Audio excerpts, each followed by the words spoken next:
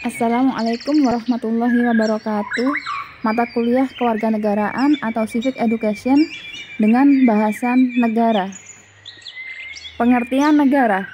Negara adalah organisasi dari kelompok-kelompok manusia yang bersama-sama mendiami suatu wilayah tertentu dan mengakui adanya satu pemerintahan yang mengurus tata tertib serta keselamatan kelompok manusia tersebut. Tujuan negara. Yang pertama, memperluas kekuasaan. Yang kedua, menyelenggarakan hukum atau menegakkan keadilan. Yang ketiga, mencapai kesejahteraan serta mencapai kemakmuran rakyat. Yang keempat, menjaga ketertiban serta mencegah perselisihan untuk mencapai tujuan bersama. Tujuan yang kelima, mengusahakan pertahanan untuk menangkal kemungkinan serangan dari luar. Tujuan keenam, menegakkan keadilan. Sedangkan dalam konteks Negara Kesatuan Republik Indonesia, tujuan negara sesuai dengan pembukaan Undang-Undang Dasar 1945 adalah untuk memajukan kesejahteraan umum, mencerdaskan kehidupan bangsa, dan ikut melaksanakan ketertiban dunia yang berdasarkan kemerdekaan, perdamaian abadi, dan keadilan sosial. Dalam penjelasan Undang-Undang Dasar 1945 ditetapkan bahwa Negara Kesatuan Republik Indonesia berdasarkan atas hukum, tidak berdasarkan kekuasaan belaka. Dari pembukaan dan penjelasan Undang-Undang Dasar 1945 tersebut, dapat dikatakan bahwa Indonesia merupakan negara hukum yang bertujuan untuk mewujudkan kesejahteraan umum, membentuk masyarakat yang adil dan makmur. Kemudian unsur atau syarat terbentuknya negara. Yang pertama, rakyat atau adanya masyarakat atau warga negara. Setiap negara tidak mungkin ada tanpa kehadiran warga atau rakyatnya. Unsur rakyat sangat penting dalam sebuah negara yang secara konkret memiliki kepentingan agar negara itu dapat berjalan dengan baik. Unsur negara yang kedua, wilayah. Wilayah terdiri dari wilayah daratan, wilayah perairan, dan wilayah udara. Yang pertama, wilayah darat atau daratan. Daratan suatu negara dibatasi oleh wilayah darat dan atau laut, perairan negara lain. Perbatasan wilayah sebuah negara biasanya ditentukan berdasarkan perjanjian. Perjanjian internasional yang dibuat antara dua negara disebut perjanjian bilateral. Sedangkan perjanjian yang dibuat antara banyak negara disebut perjanjian multilateral. Perbatasan antar dua negara dapat berupa perbatasan alam seperti sungai, danau, pegunungan, atau lembah. Bisa juga perbatasan buatan seperti pagar tembok, pagar kawat, atau tiang tembok. Perbatasan antar dua negara juga dapat berupa garis lintang atau garis bujur pada peta bumi. Yang kedua, unsur negara atau syarat terbentuknya negara adalah perairan atau wilayah laut. Perairan atau laut yang menjadi bagian dari wilayah suatu negara disebut perairan atau laut teritorial dari negara yang bersangkutan. Adapun batas dari perairan teritorial pada umumnya 3 mil atau setara dengan 5,555 km yang dihitung dari pantai ketika air surut.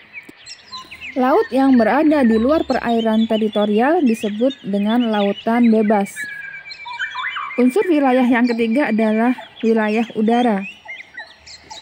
Udara yang berada di atas wilayah darat dan wilayah laut teritorial suatu negara merupakan bagian dari wilayah udara sebuah negara. Batas ketinggian sebuah wilayah negara tidak memiliki batas yang pasti, asalkan negara yang bersangkutan dapat mempertahankannya.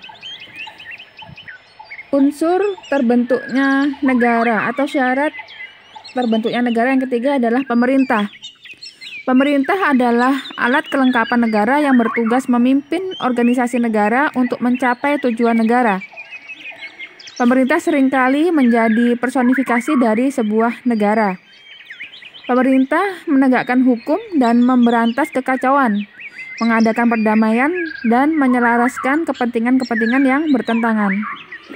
Pemerintah juga menetapkan, menyatakan, dan menjalankan kemauan individu-individu yang bergabung dalam organisasi politik yang disebut dengan negara.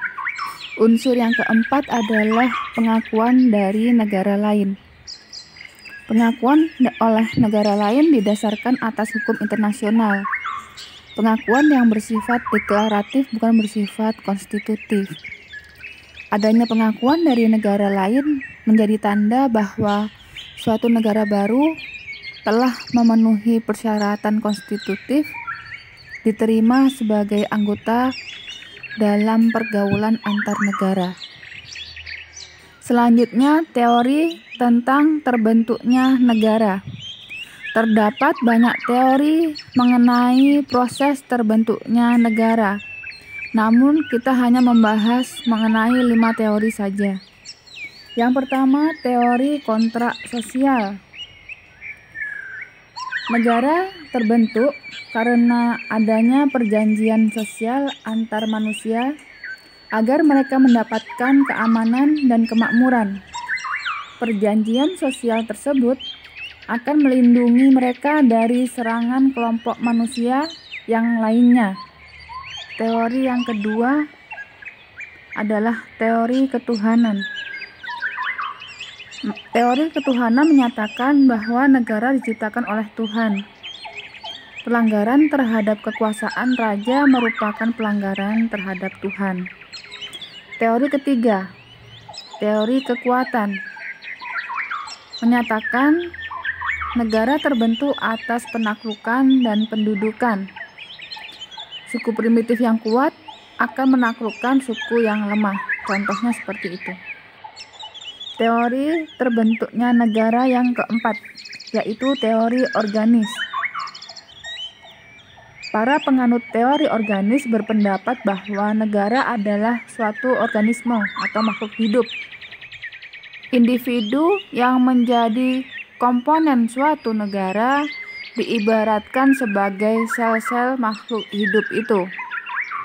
Fisiologi negara sama dengan makhluk hidup yang mengalami kelahiran, pertumbuhan, perkembangan, dan kematian.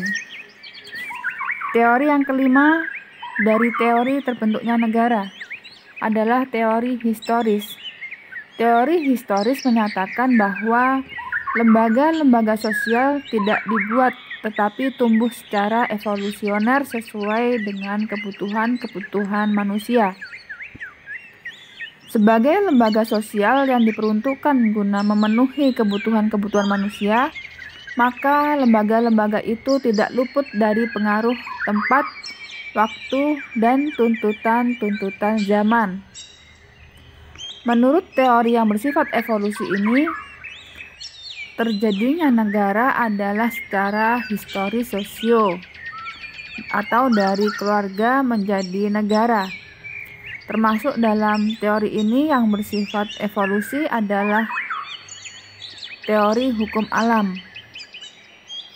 Berdasarkan teori hukum alam, negara terjadi secara alamiah.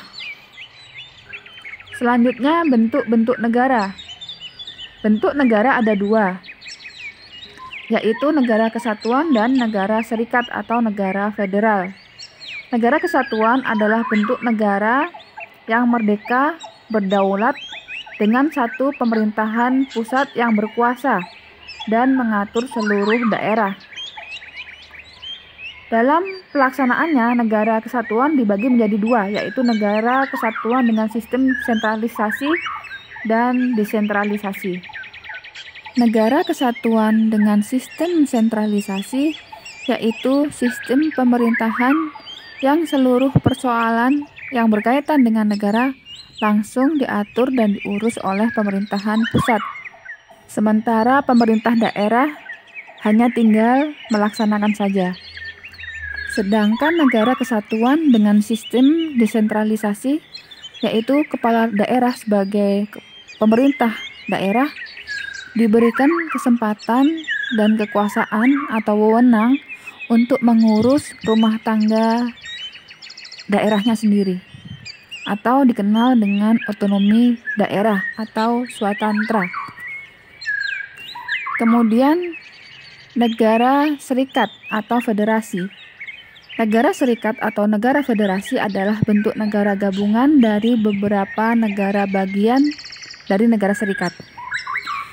Negara-negara bagian itu pada awalnya merupakan negara yang merdeka, berdaulat, dan berdiri sendiri.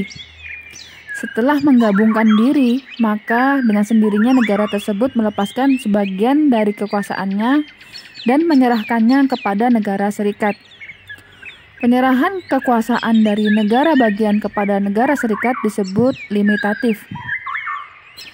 Kekuasaan asli dalam negara federasi merupakan tugas negara bagian, karena negara bagian yang bersentuhan langsung dengan rakyat atau berhubungan langsung dengan rakyat. Adapun negara federasi bertugas untuk menjalankan hubungan luar negeri, pertahanan negara, keuangan, dan urusan pos. Selanjutnya, bentuk-bentuk pemerintahan. Bentuk pemerintahan adalah istilah yang digunakan untuk merujuk pada rangkaian institusi politik yang digunakan untuk mengorganisasikan suatu negara untuk menegakkan kekuasaannya atas suatu komunitas politik. Bentuk pemerintahan dan sistem politik ada banyak macamnya, namun kita membahas hanya beberapa saja ya. Di antara contoh bentuk pemerintahan ada otokrasi, pemerintahan satu tangan. Dalam otokrasi ini ada beberapa macam. Yang pertama diktator, kleptokrasi, kritarki, monarki, diarki, plutokrasi, teokrasi, tirani, dan sebagainya. Sedangkan ada juga sistem pemerintahan anarki atau tanpa pemerintahan. Contohnya oklokrasi dan tribalisme. Ada sistem pemerintahan anarkisme. Kemudian ada juga sistem pemerintahan sosialisme. Contohnya negara sosialis dan negara komunis. Kemudian ada juga sistem pemerintahan demokrasi atau pemerintahan rakyat. Contohnya demokrasi sosialisme, demokrasi totaliter, demokrasi langsung, dan sebagainya. Kemudian juga ada sistem pemerintahan republik atau pemerintahan berdasarkan hukum. Contoh pemerintahan republik diantaranya republik konstitusional, republik parlementer, dan republik federal. Yang kita bahas kali ini adalah sistem pemerintahan monarki, demokrasi, dan oligarki. Yang pertama, sistem pemerintahan monarki. Monarki berasal dari bahasa Yunani. Monos berarti satu, arkein atau archein berarti pemerintah. Monarki merupakan sejenis pemerintahan di mana raja menjadi kepala negara. Kepala negara sistem pemerintahan monarki adalah raja. Beda raja dengan presiden.